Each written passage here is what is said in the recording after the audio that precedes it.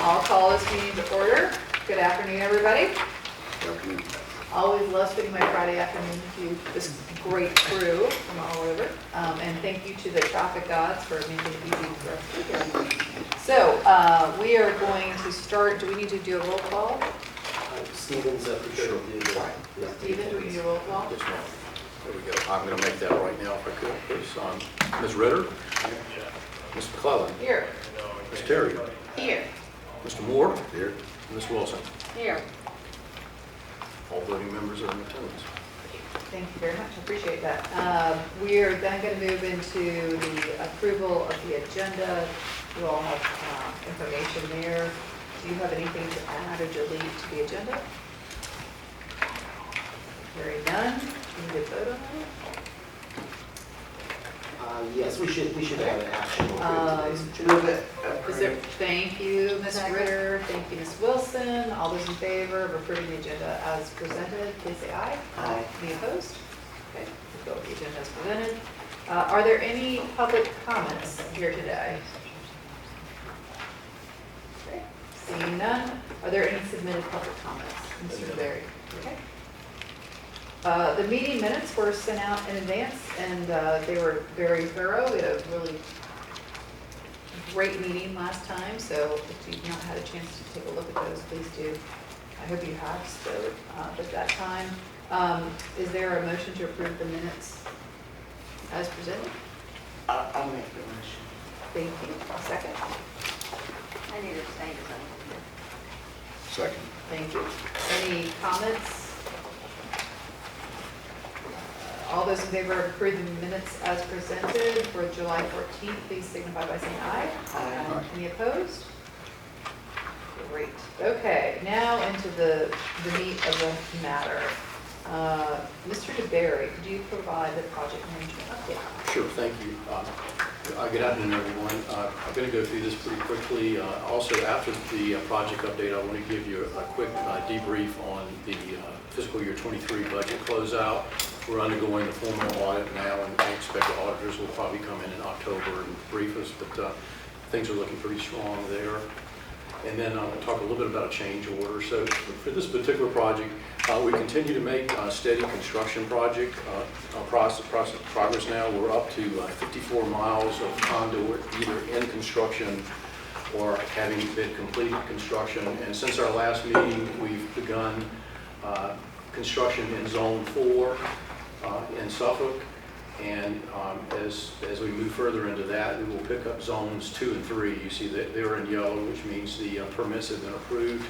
I expect zone 1 will be approved this coming week. That was an area of heavy construction in an overpass where we were able to partner with the city of Suffolk for a win-win there. And so I believe that will be coming together soon. I also wanted to briefly, and I'll look at the schedule in just a minute, but with regards to Virginia Beach permitting, we've made significant progress since we placed extra resources on that. We have now submitted permits A through N, so you can see on the map there it has been submitted. M is on hold for about a week. We're working with VDOT on a permitting issue there. So we've now submitted about 14 of the 31 remaining miles for Virginia Beach. Zones 1 through 6 have been approved, so that's an additional 6 that have been approved.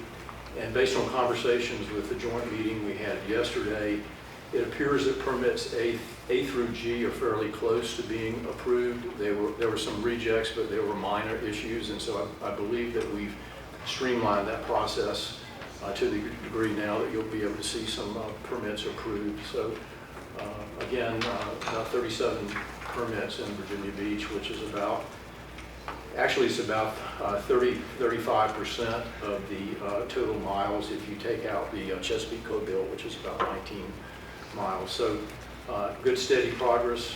We're making the curve now from north to west, and we'll be coming up and actually be in a position, hopefully late fall, to be able to join the Chesapeake Cobalt that you see right there on, okay. didn't want to go back. The gray area is the Chesapeake Code Bill that goes down on Military Highway and connects with Virginia Beach at permit W. Mr. Barry? Yes, ma'am. Question. So, for you or friends in Chesapeake, so that's a pretty long gray line. How is that, and it's critical to our progress as well. How are there any progress reports that you could provide?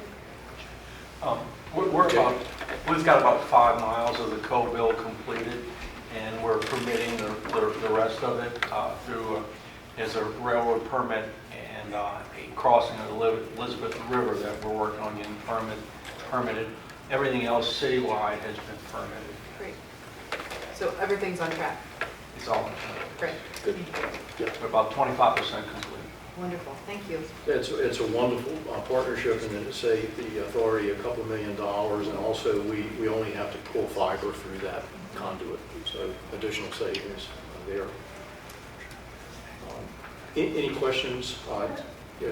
I have a question. This number is escaping me off the top of my head. How many total miles is the regional ring? 119. 109? 119, so 54 of the 119. Right, so if you take out, subtracted the 19 miles of code bill, which Okay. we're actually building about 100 miles. Oh, so over half?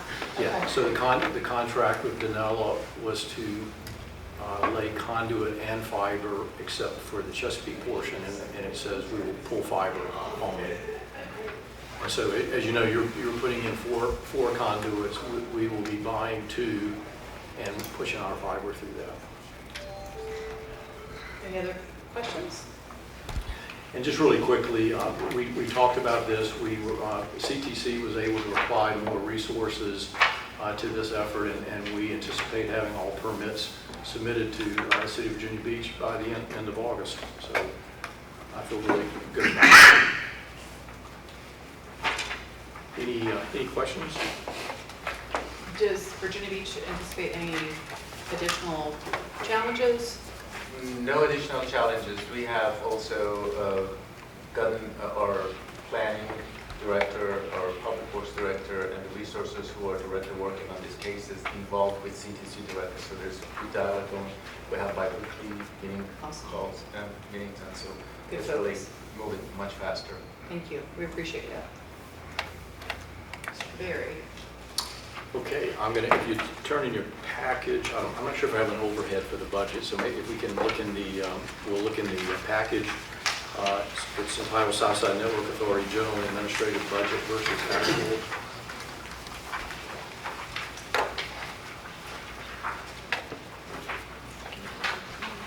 That should be attachment 7. Okay, so I think we have a really strong report to present to the board. As I said, we're undergoing the formal audit now, and I expect to meet with the auditors in a couple of weeks, and then they will brief out the board most likely in October. Cutting to the bottom line on the G&A budget, which basically funds salaries, legal counsel, HRPDC support, insurance, things like that. Our budget was $360,000, and we actually expended $312,000. So we have an asset of $36,000 that will be carried into this current fiscal year. We anticipate some additional legal cost, I think, as we get closer to the finalization of the commercial agreement with GTS. I wanted to take a minute though, and walk you through the numbers to let you see where we are on the bigger project. If you go up to the top, under year-to-date, member contributions was about $348,000. We've earned almost $900,000 interest on the money that the corpus that the 5 cities placed and gave to SNA. Bob's Financial Group did a phenomenal job there. We're earning about 5% through the state municipal fund. And so we continue to use that money, have it available. So if you go to the summary, we began the fiscal year with a carryover of $25,392,000. That included the $25 million from the city and some carryover for money that was set aside for CTC but not expended in the fiscal year. The revenue for '23 was $1.2 million, and you can see up top that included the contributions from the member cities as well as the interest. So that really said, coming into the year, actually coming into the year and ending of this year, we had about $26 million available to the authority. We have construction in progress for the ring of about $25,514,000, and I've broken that out in the bottom quadrant of your chart. You can see that we've set aside, if we set aside $1.7 million to reimburse Chesapeake for the co-bill, $1.3 million for Portsmouth for the in-kind contribution. The Danella contract is about $21 million. If you remember, we did a change order to reduce the savings from the West Norfolk Bridge, the agreement with Portsmouth, the in-kind. We took out some lines that we wouldn't use, hard rock boring and things like that that we use. So I anticipate Danella's contract's about $21.5 million. And then I paid CTC about $900,000 to date on design and engineering. So when you add all those together, you get about $25.5 million, or is what I owe or will owe. And then the next column over shows what we've paid. Year to date, we've paid Danella about $6.7 million for their construction. We've reimbursed CTC for design, and we purchased surety bonds for each city, which is to protect both the authority and the cities as we do construction. So that means we have remaining at the end of this period about $18 million in cost. The bank account changes from day to day. At the end of June, I think it had about $19 million. I mean, I had about $1 million more money, but we paid some bills and stuff. So the bottom line is, in addition to $36,000 carryover for G&A, we have about $750,000 set aside for contingency. Matt says always knock on wood when you say this. At this point, nothing's happened that required contingency funding at this stage, and construction is going really well. Danella's been a great customer as we go through the process.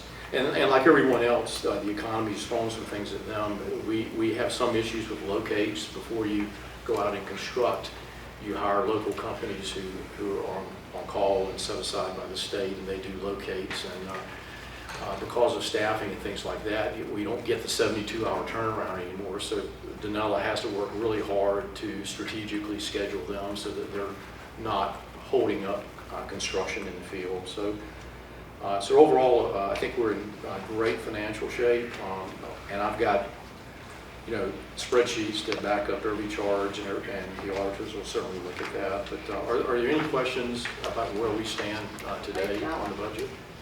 Great job. Okay. Wish all of our budgets on one page.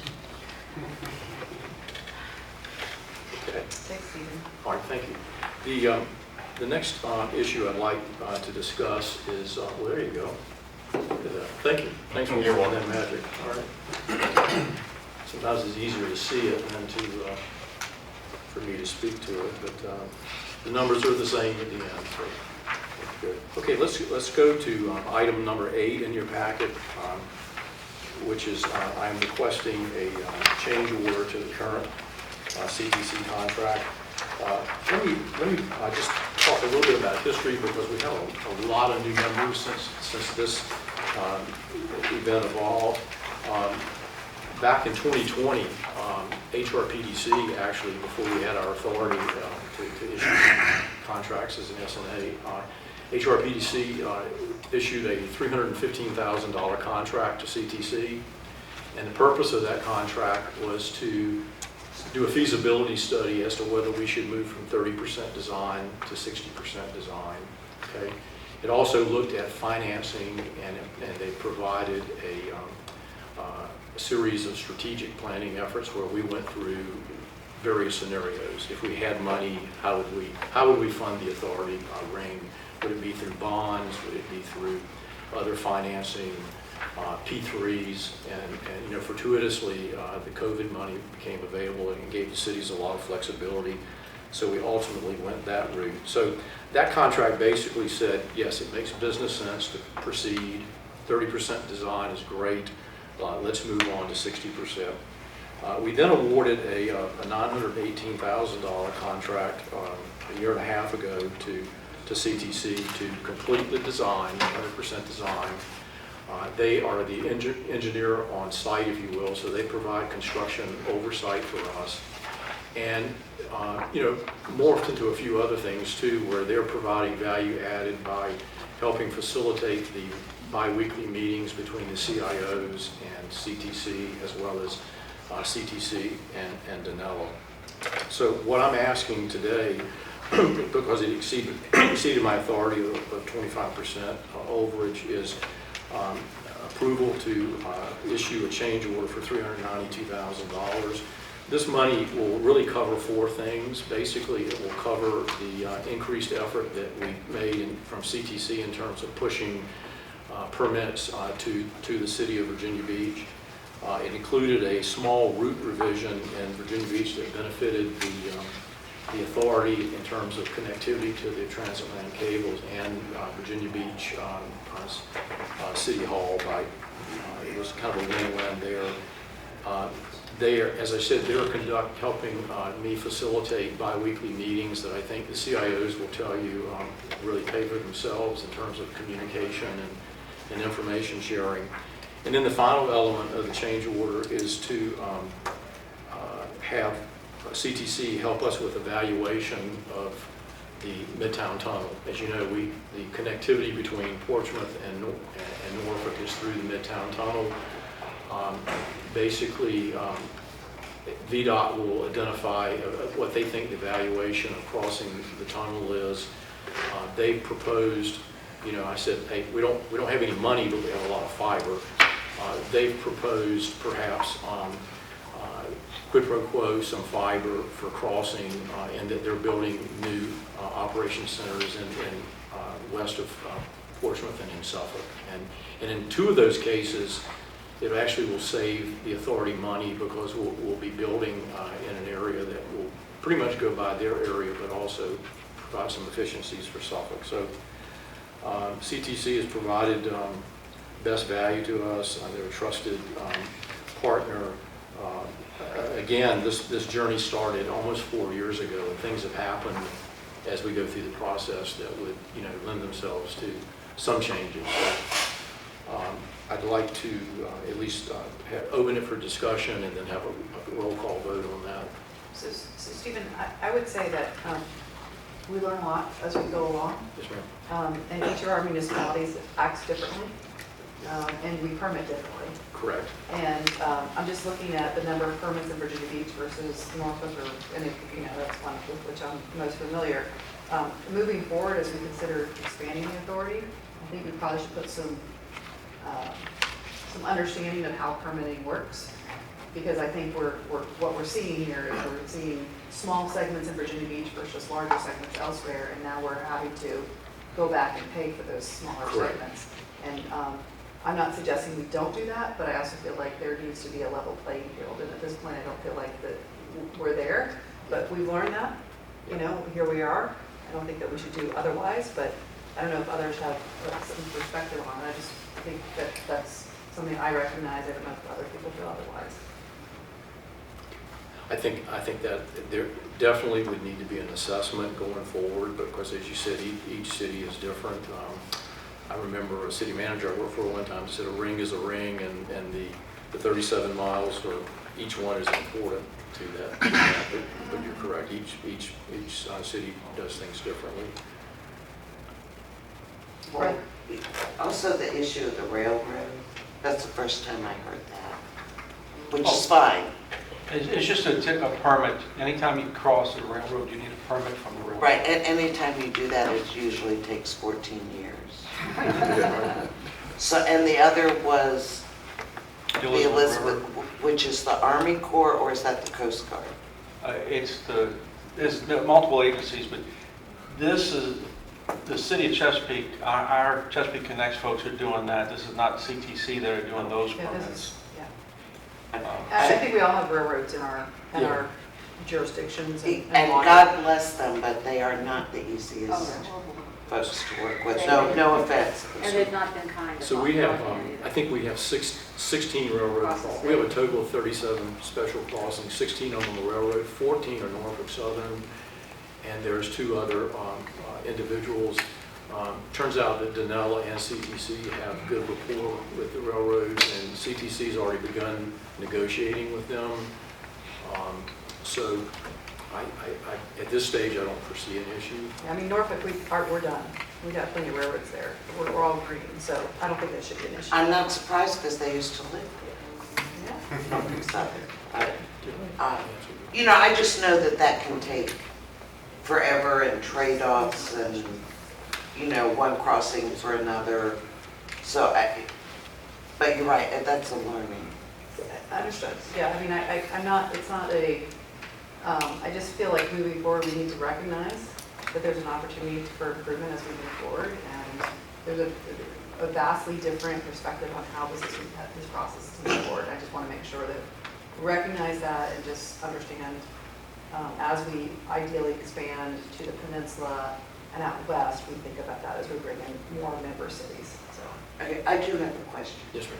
The change order is to take it from 30 to 60% I mean, design. the change order is to take the current contract that provides design and construction For oversight. the entire. Yes, to include the additional cost It's associated. to add to the permitting for Virginia Beach, the additional cost for Virginia Beach permitting, as well as the evaluation of VDOT resources. VDOT. So it's the current, the So contract. the current, you know, I'm new. No, I'm just, And I'm going to. It's in your packet. so, Okay, so well, the current contract is $918,000 for the entire. for the entire effort. Now, this $392,000, and we've got a commitment from the beach to get these things done. This $392,000 completes all effort. It includes construction oversight, it includes as-built that we give to the maintenance contractor. It takes us to the finish line. So, you know, then it's just a matter of Denella and construction. Steve, I have a question. Proposed fees, $392 not to exceed. Are these CTC employees or are they subcontracting? Because I'm looking at the rates and they're pretty high. I'll be honest, when I look at the amount we pay per hour to a CTC, unless they're having a contract with that. So the value, the dollar amounts that you see Yeah. are fully burdened CTC rates. Yeah. So it's salary plus fringe benefits, whether that is 57% or something like that. But I would say that comparing them with any other rate that you're going to see, whether, and I won't rattle off the other companies, it's good value. I mean, you can't get a senior principal for burden under T50. Get an ED for a lot less, but you don't get a... And it includes travel.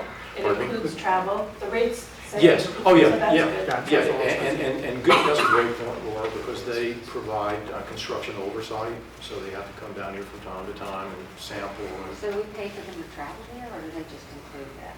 I'm sorry, I can't hear you. Do we pay for them to travel here an hourly rate? It's part of their not to exceed dollar amount.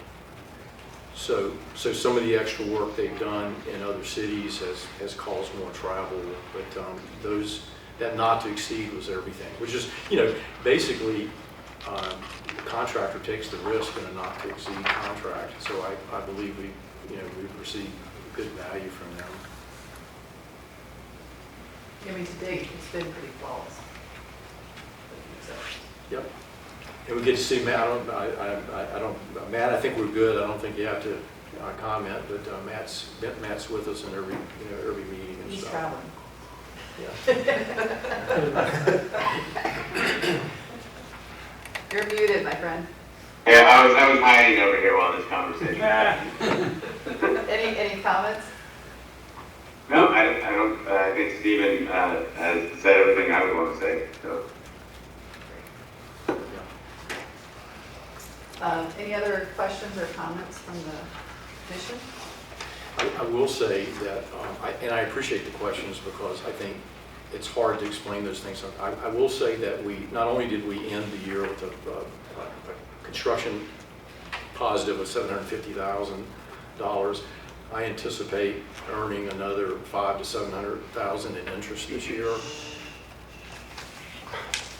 I'm only telling you that because the 392 comes out of that, and I promised the board that I would maintain $750,000 in corpus, so it's important for me to earn that interest to pay this bill so that I keep my word on the $750,000. Steve, you've always done a really great job of trying to keep costs down and squeezing the nickels and pennies and the dollars. I can't hear. I'm sorry. Good job. Thank you. I'm sorry, I can't. I'm wearing this mask because I have a cold. Yeah. Thank you. I Mike appreciate that Rockaby is respect. really happy that he's not taking it home with his first children. There you go. I appreciate that. Thank you. Any other questions or comments? We're going to need to vote on this as a commission to move forward with this recommendation. Right, so let me see if I can get it right. I'm making a recommendation that the board approve a change order to CTC in the amount of $392,000 to include additional costs for permitting, negotiation with VDOT on access to the Midtown Tunnel, and a number of other things. And so this is a not to exceed amount, so this doesn't Yes, three. require us. I have Matt's promise, 392 is going to take us to the finish line. Okay, we're counting on that. So is there a motion to take us to the finish line? So moved. Second? Anybody? Second. Thank you. Any discussion? Made 2 motions. All in favor, please signify by saying aye. Aye. Any opposed? Okay. Thank you, Stephen, appreciate it. Yep. Mr. Lockaby, could you please provide us with the language and move it to closed session? Well, Madam Chair, before we go into closed session, That's not on my list. Sorry. well, this is prefatory. The question that I've got for you is, and I think that Stephen may be able to speak to this for you, but how much we need to go into closed session. When we published this agenda, it was last Friday, I had a hope, which has not come true, that we would have another draft of the comprehensive agreement that I would have had already had an opportunity to at least read and bounce some ideas off of you and get feedback for me to go back and negotiate. I just got an email from Jim Bauer about an hour and a half ago saying that he's going to need to work on it this weekend, and I'll probably get it Monday or Tuesday. So I don't have a lot from the legal. Jim Bauer is the attorney for GTS. Oh, okay. Yep. So I don't have a lot to talk about from the legal perspective. However, all of you know that we've been having lots of one-on-one and two-on-two meetings over the last month, and if there may be things that came out of those meetings that you want to discuss with each other in this room, or you want to bounce off of Stephen, I don't want to say that I need a closed session. If you want to have a closed session, there are things that are worth talking about, but I want you to know what the status of all that was before you made the motion. So I would say, I'd like to leave it up to the board. If you, I think in general session, we can say that, as Mike said, we've had very fruitful meetings. We just met as a group with the CIOs on Wednesday, so we're still digesting that information. If there are things that are, I think one thing that came out of it that we should talk about is the whole BEAD program. And we can talk about that now if you'd like. Do I have to change the agenda for that, Bob, or is that just part of Under it? old new business. Okay. So before we move Yeah. forward, is there a desire of the body to move into closed So session? why don't we just wait until they get things worked out? I think that's just Everybody good with that? Yeah. Okay. Okay, so we will not go into closed session, and we'll now move into old and new business. So we'll start with old business, and I think the BEAD program would fall under old business. We discussed this last session with Dr. Holmes being here, and Yep. whomever put the minutes together, great job, because it was really comprehensive and very helpful, and I'm going to be bringing some of that to our legislative liaison, by the way, so. I'm not even sure. Can we pause a second? You might not all know Simone Elmore, but Simone's providing the admin support now to the Broadband Authority. Great job, I Simone. appreciate you saying that, because she works hard. Yeah, they're very comprehensive, and trust me, I took not nearly as good notes, so thank you. I really appreciate it. She actually got it together. Yes. Madam Chair, if I can remind everybody here, if this deed discussion does go into things that we think are confidential, things that bear upon the comprehensive agreement, a closed session for that specific item would still be in order, Okay. paired up with that if you decide you need it. Appreciate that, sure. So Mike, throw the flag out and I step across. So I think to follow up on the chair's comments, Dr. Holmes presented a lot in a very short time frame, did a great job. So when we met with the CIOs, one of the things we talked about was BEAD, and the issue really is where are the cities in that process, and the optimum question is, do the cities want to pursue a strategy where the 5 cities identify potential BEAD projects that are related to Southside Network Authority, and we go forward with one BEAD application because there's a sense that there's some strength in that. I know each of the cities are looking at areas of unserved, underserved, and economically disadvantaged. It appears that we have an opportunity to go back and rebut some of those things. GTS, as our contractor, has agreed that they will help with collecting the information and GIS mapping and things like that. So, Is that in the revised work order? well, this is actually GTS. So sorry. Yeah, so Sorry. at this stage, Three-letter acronym. yeah, so I don't think Pat's not here today, but GTS brought on board as consultants the prior two executive directors of the Eastern Shore of Virginia Broadband, which is kind of the gold standard for local broadband, and they've been providing a lot of guidance, and Pat particularly has a lot of expertise in the BEAD and has stayed current with that. So one of the things we just talked about Wednesday, so we really haven't had a chance to staff it as cities, I think, though, is are you comfortable going forward with that? Particularly, it seems to make sense for unserved, underserved areas, or areas where, rural areas, I think particularly in Chesapeake and Virginia Beach, and then Suffolk, and then there are some urban areas in Portsmouth and Norfolk. But I think that's something we need to coalesce around. The window is only about 45 to 60 days on that. So first to the drawing board has a great chance of getting money, and they're willing to do that. So I'm going to review from the wonderful minutes. Yes, sir. Dr. Holmes asked members to update their local asset inventory list to include any community anchor facility. And the question was asked by Ms. Quitzel whether or not we should send them individually or as a region. And she said we could submit that information as a locality or as a region. Right. I guess the question is there an advantage to one versus the other? We found, and Bob, I want to take a Valley or Lobby, whatever we call it. We went regionally. They gave us, I think, a stronger stance on that program. Because we had a regional perspective. We had a regional That's perspective. generally, I think the state gives us sort of bonus points. They like to see us working together. Yes, yeah.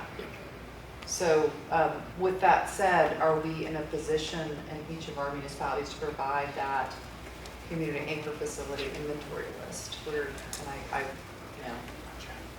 still need some more, I think. In this 45-day window, when is the shot clock? When is it due? That was an estimate because I think the state's still developing their timeline. But I think we pushed the envelope a little bit. I've heard maybe up to 90 days, but if we wait to that window, we miss it. The sooner you get it in and the more regional an effort, that we're going to get the gold star.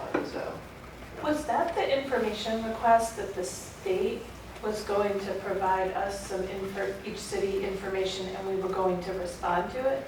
Yes. Yes, Has the information been provided to each city? I do yet? not think so. Yeah. The CIOs would probably have seen it, but I don't Yeah, think it's. we haven't received it. I do not think so. I think we had a homework to do to identify the areas that are underserved and unserved and communicate that, either as a city or as a Sure. region. And what she said, I believe, was that the FCC has a new way of validating those claims, like whether these areas are really underserved or unserved.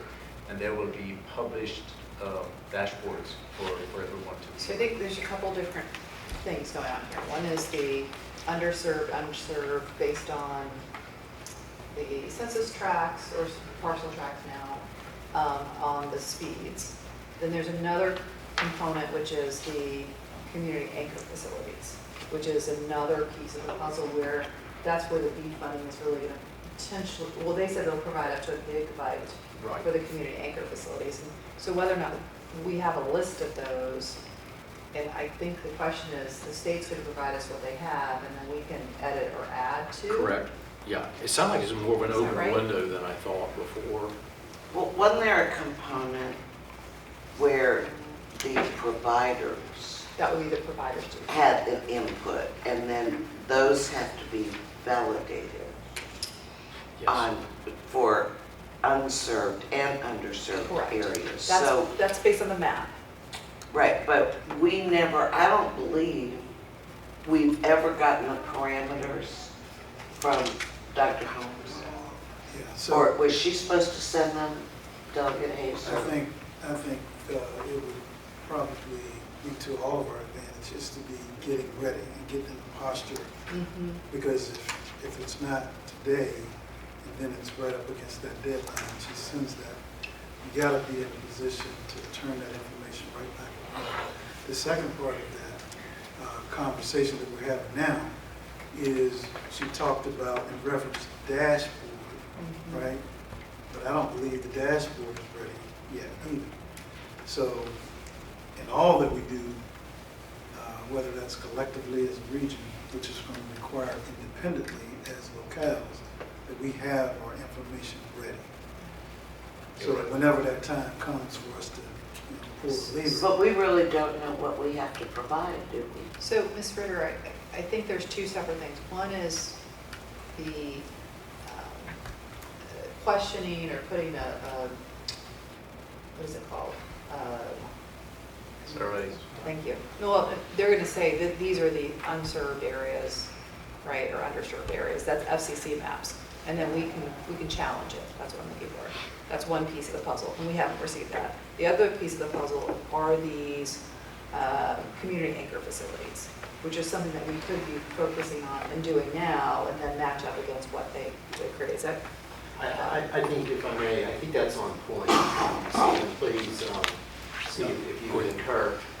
So I think Delegate Hayes raises an excellent point. We know what's coming, we just don't know when it's going to arrive. But what we know we're going to need to do is, number one, we need each of the cities to go back home and take a close look to identify your unserved and underserved areas, because they're going to provide us something to respond to.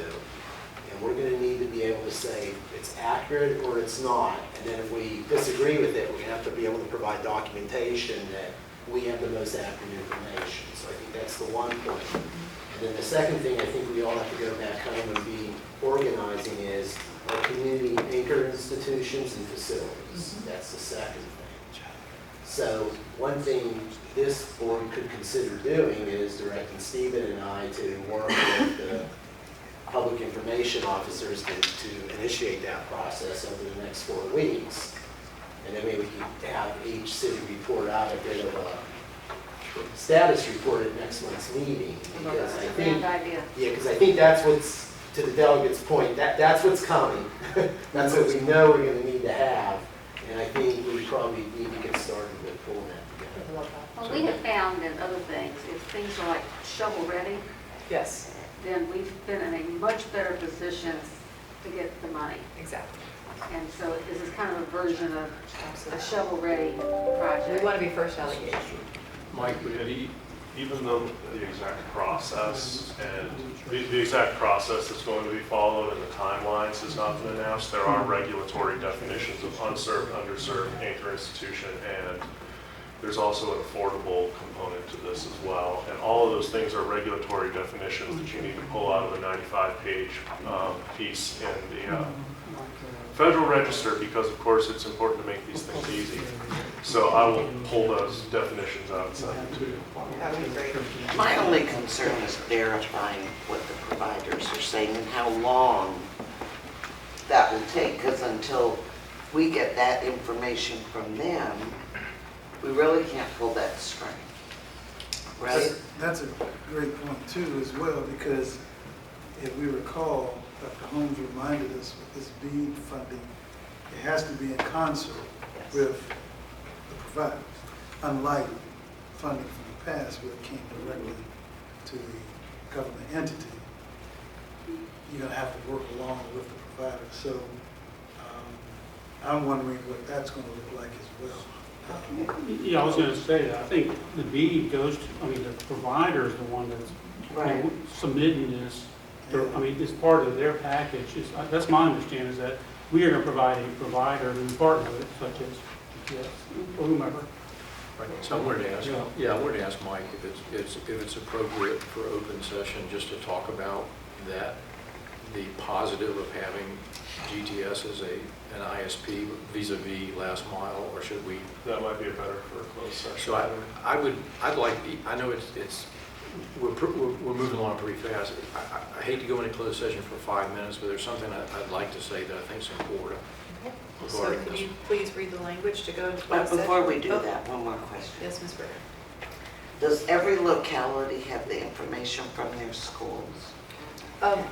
That is a great question. Exactly what I was saying. I wrote it on my note. Yes, Well, we're in Yeah, sync school then. and I think if there were somebody from the General Assembly in the room perhaps, I think a great piece of legislation would be to add to the legislation that passed in 2022 to require the schools not only to provide that information to the Department of Education, but also to their local municipality.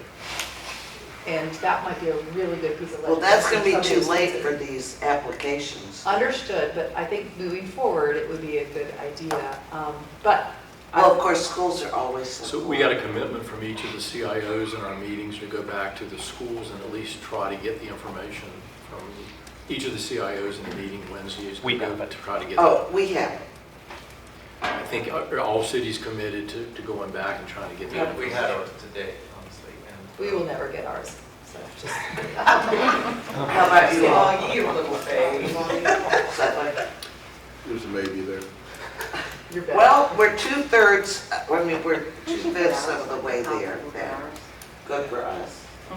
Gold star. So schools No, that's have LBB. applications or devices that they can use to know like how are students utilizing their whatever books they have, the tablets, and who has access, who doesn't have access to internet to do their homework, and how much they utilize them and stuff. Come up with stats like that to the system.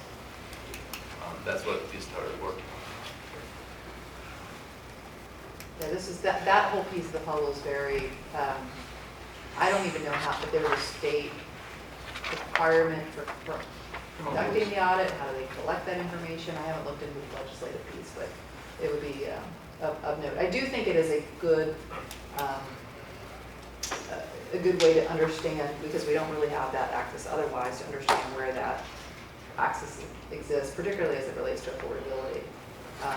The other piece of the puzzle that Dr. Holmes mentioned that I thought was interesting was coming up with a future test where people could actually submit information that would provide for their speeds, which I don't think is there yet. So, to that point, if there's this dashboard, this tool, to collect and to test 3 times Yes. whether or not you have adequate speeds to a particular address, how is that supposed to happen in locations if they don't have connection Well, already? I think that that would be a great opportunity for us collectively as a region to think about public information campaign to get people to test their.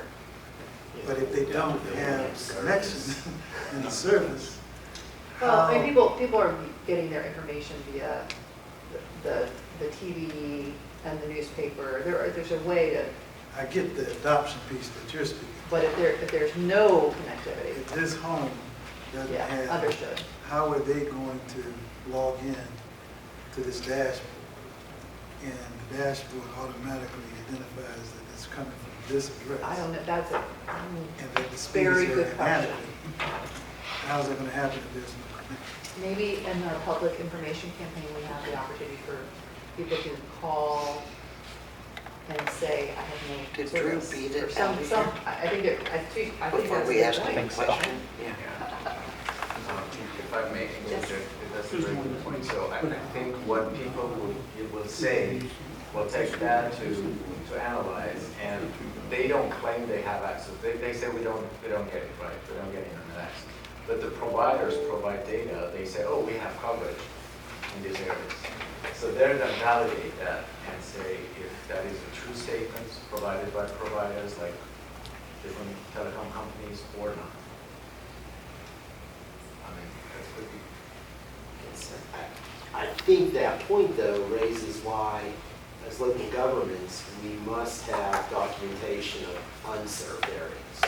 To the delegate's point, not underserved, but unserved, we really need good information to document that those areas are unserved. Because that's an excellent point, right? If I don't have service to my house, I can't do 3 tests to say I'm underserved. Well, and in some places, there might be service on the main road, but your house is located 200 feet off the main road, and you can't afford the $20,000 to get the fiber connected. Did you all have this problem with the Valley grant? I don't know the structure of I that. don't recall having this issue.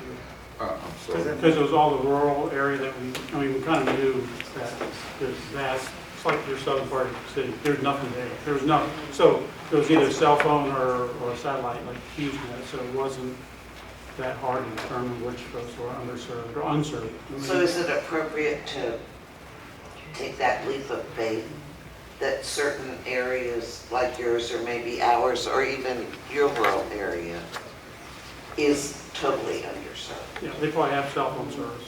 So they had probably, that's about as fast as they're going to get. And the FCC maps will be interesting to see how they reflect that.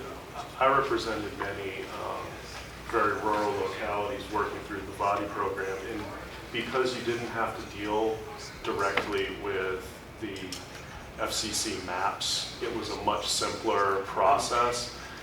There were some localities where, frankly, what they did was they just drove along the road and they saw where the fiber stopped, and then they just marked that on GIS map and said, this is what's not covered. And if somebody, and then there was the challenge process where if somebody disagreed, said, no, you didn't see the fiber along the main road and there it really was there, then you could have that debate and go back and forth and rescope. But that works a lot better when you have a locality that only has 7 main roads to it. Like, say, Bath County only has like 7 roads, zero stop sign, has stop signs but no traffic lights. There's 1 blinking yellow light in the entire county. It's a lot easier than it is in, say, Chesapeake. Dan, did you want to add something? Did you want to add something? Just that we've been working with the schools to develop our maps currently, so But we we've have got the additional data. information, Okay. yes. Do they owe us anything else? Not right now. We've got a meeting going on, taking a look at it right now to improve the maps. So just to confirm, there are 2 pieces of information I think that we're looking at. One is to define or challenge, once we get them, the FCC maps that indicate unserved and underserved areas. That's one piece of the puzzle. And the other piece of the puzzle is to ensure that we have an inventory list of our local assets. And that's another piece of the puzzle, because it's the latter that's really going to be reflective of or be able to leverage the BEAD funding. Is that how am I seeing that correctly? Okay. So with that said, if you all are comfortable, Mr. Lockley, can you read the information that was required for us to go into closed session? Yes, ma'am.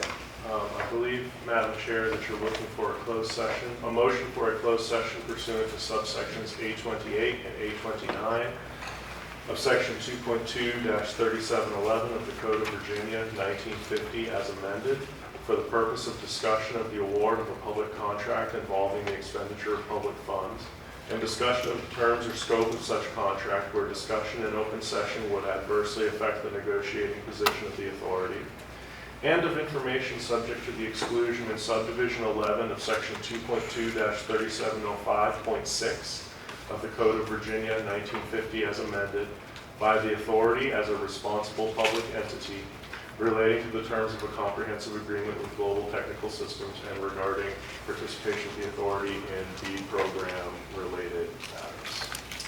Thank So you. moved. Thank you. Ms. Wilson, is there a second?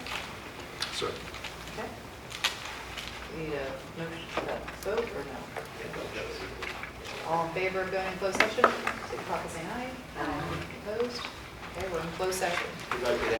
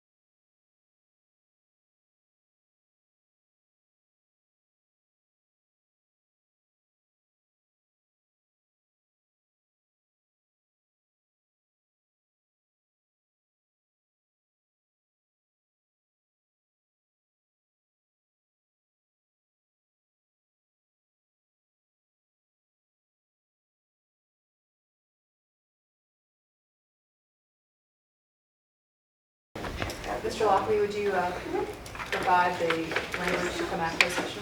Yes, Madam Chair. I believe that you're looking for a motion to return to open meeting and to certify by a roll call vote that that to the best of each member of this board's knowledge, one, only public business matters lawfully exempted from the open meeting requirements of the Freedom of Information Act, and two, only such public business matters as were identified in the motion by which the closed meeting was convened were heard, discussed, or considered in the closed meeting by the Board of Directors.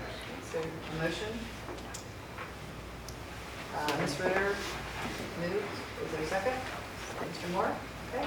We need to have a roll call vote. coming out, we do. Okay. All right, so, Ms. Ritter? Yes. Are we certifying? Yes. Yeah, because you don't need any vote to come out of a closed session. You just read the language that said we had. Right. I combined them. Yeah, it's just, you said certify, right? Okay. Should we put? Right. Okay, Ms. McClellan? Yes. Ms. Terry? Yes. Mr. Moore? Yes. Ms. Wilson? Yes. All right, we're out of closed. Okay, we're still in the old and new business section of the agenda. Are there any other items? I actually have one, and we've touched on a little bit, which is, as a body, should we be considering, and I know this is in the HRPDC legislative agenda, are there items that we should be considering board to present to the General Assembly in support of our efforts moving forward? Or are there any other items that we could be thinking about legislatively? Including, and as we've mentioned, some of the, how some of this funding is being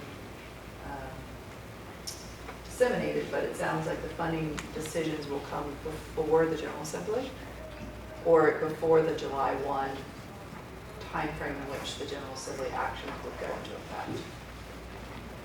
Cliff could answer this better than I can, but I don't think there's necessarily legislation that's going to direct the department. They've got that direction from the federal government. So, Do you think? I thought I heard Madam Chairman speaking to the application process. Did I miss that? so Mr. Because- DeHaven was talking about how some states have more prescriptive elements of how the BEAD funding is disseminated and others have less. So the question that I had was, would the General Assembly put some guidance into DHCD to provide how that funding was disseminated? Matt, did I get that correct? Yeah, that's right. And, I mean, ultimately, it's going to have to be compliant with the NTIA's notice of funding opportunities, right? So that is the baseline for. There are certain prioritizations, priorities laid out in that no state is going to be able to override. And the prescriptiveness that I was referring to really is around to what degree the NTIA is going to be prescriptive in how it directs the states to run their grant programs. And that is still a matter that's still a bit up in the air. So we won't know entirely to what degree the states will have sort of autonomy to pass out the money. Matt, do you have any ideas or on legislation, and I know you're not familiar with Virginia's legislative body, that we might want to consider supporting, or are we good to go at this point? I'm not aware of anything pending at the moment. Okay. I just thought this was the time. You're baking the cake right now. You would, as a state, as all states are, you would be in the phase of currently preparing or have just recently submitted a 5-year plan or a 5-year action plan for the NTIA, which is a very high-level look at how the grant funding program is going to look. Right now, most states have moved into the initial proposal phase, which is a slightly more detailed one that is going to lay out more analysis around the unserved and underserved market and cost estimates around that and a particular strategy for the grant program. So that you would be in early developmental stages of that, although it is going to move very quickly. I doubt there would be any legislative action taken around directing the submission of that particular proposal to the NTIA. This is a proposal that goes from the state to the NTIA. So thank you, Matt. Delegate Hayes. Yeah, I was just going to say, just keep in mind that a lot of this, Virginia's been a leader out front, set up a model for broadband deployment in the past. Some of the same individuals from Virginia are responsible for the national deployment.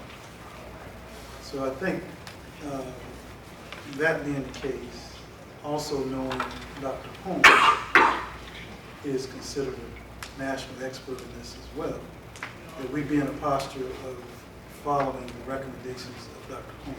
Absolutely. So if any legislation is needed, I'm pretty sure, she's going to make sure that they tap, or the administration will reach out to see if there's some legislation that needs to happen on the next cycle, next session. And the impetus for my question was actually from the last meeting in which she said, she added that during the General Assembly session in January, there might be more directions on how to use the remaining funds for non-deployments. Oh, correct. So once all of the deployments. Once this is done, she mentioned there's some additional funding that would be available for other purposes. So what we would love to see. Adoption. Right. Some other things. For middle mile. So I don't think she's gonna be waiting to see what comes from, as opposed, they will be actively trying to Advocate. have some, advocate that somebody puts this in, and Okay. then it'll end up being, Okay. that's what I believe. Well, I'm going to defer to you because you're I can't You're make the wise one decisions here. on behalf of everybody else, I'm just trying to read tea leaves. sure. Yeah. I just wanted, this is the time for us to be thinking about, do we want to add something to the legislative agenda to assist? So that was the one thing that stood out to me in her discussion was they go through what all the deployments they have for that 1.48 billion. They have a pot of money left over. What do they do with that money? At this point, there's no legislative action as to how that is spent. Maybe that's the, as the PDC puts together its legislative package and initiatives, but not drilling down specifically to any legislation, but concepts that it supports. Maybe that's the time to kind of say something about that. And we have some language in there, I think would give us that flexibility to respond, so. Yeah. Sorry to belabor the point. I'm just Oh, no. excited about, we want to get hold of this 1.48 billion. It's an important point because I think we heard also from her presentation. This is a short window to try to deal with $1.48 billion too. So, And to Ms. Wilson's point earlier, we want to present shovel-ready projects. So this is an opportunity. So that was my new and old business. My apologies. Are there any other things, Mr. Crum? I'd just like to say one thing. Back at the end of July, the Virginia Association of Planning District Commissions had their summer conference that would be hosted in Norfolk. I just want to thank Vice Chair Wilson and Mr. Wallace from Virginia Beach, Mr. Lockerbie, Mr. Stephen, who all gave a great briefing. Dr. Holmes was there, but gave a great briefing on the work that this authority is doing. And I just want to thank you. I know your schedules are busy, but they did a fantastic job and continue to tell the story. I had a lot of people from around the state. I hate to give them too much information, know what we're doing, but they did this authority very proud. I just wanted to mention that. So Nice thank you. crowd. Thank you. That's awesome. Anything else for the good of the order? Well, it's Friday afternoon. It's 3:37, and I will call this meeting adjourned. All right, let me just check for any traffic.